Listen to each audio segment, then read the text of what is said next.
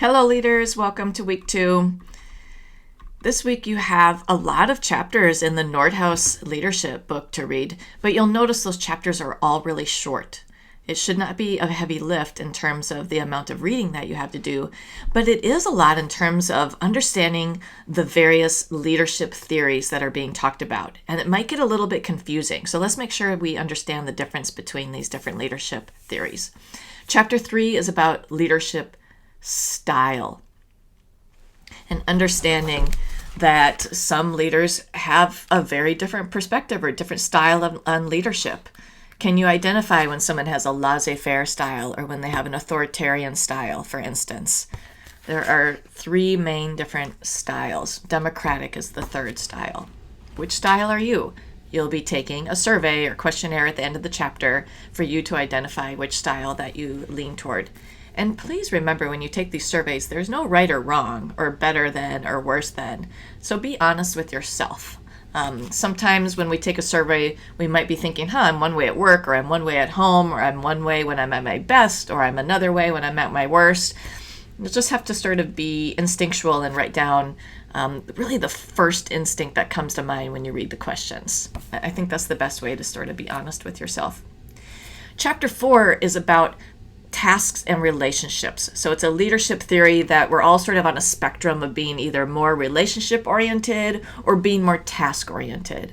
I remember when I was a young leader, I was only 31 when I started a charter school and I was running it.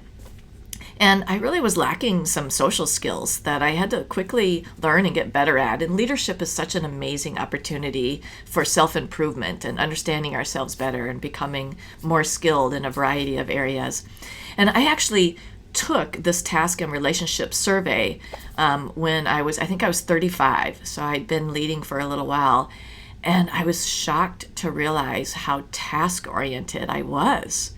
And it helped me realize that in my approach with the people who worked for me, that I needed to be more warm and more caring and demonstrate that care. I had that care on the inside, but I didn't realize that I wasn't demonstrating it, and that I was often, just talking about what needed to get done. And I needed to take more time to have relationships with people, have conversations, and show them that I care about them as a person before just moving on to the tasks at hand.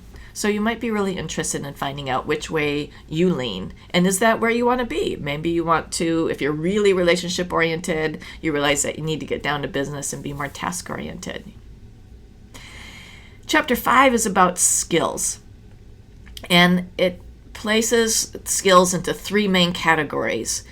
One is sort of technical skills. They called it administrative. How good are you at just like getting the work done? And often the technical skills have to do with what profession you're in. So if you're in an engineering firm, are you really good at engineering? Well, those skills are very different than conceptual skills. And the higher up you go in the hierarchy of an organization, the more conceptual skills you need. So conceptual skills are intellect and being able to see systems, being able to look out and understand the patterns of what's going on.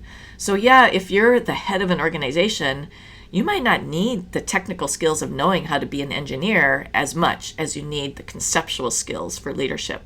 And the third area of skills are human or interpersonal skills. How well do you relate to people? How well do you communicate? And the research shows that we need those interpersonal and human skills, whether we're at the bottom of the hierarchy or we're at the top. Those are sort of the most ubiquitously important skills. Chapter 6 is on strengths.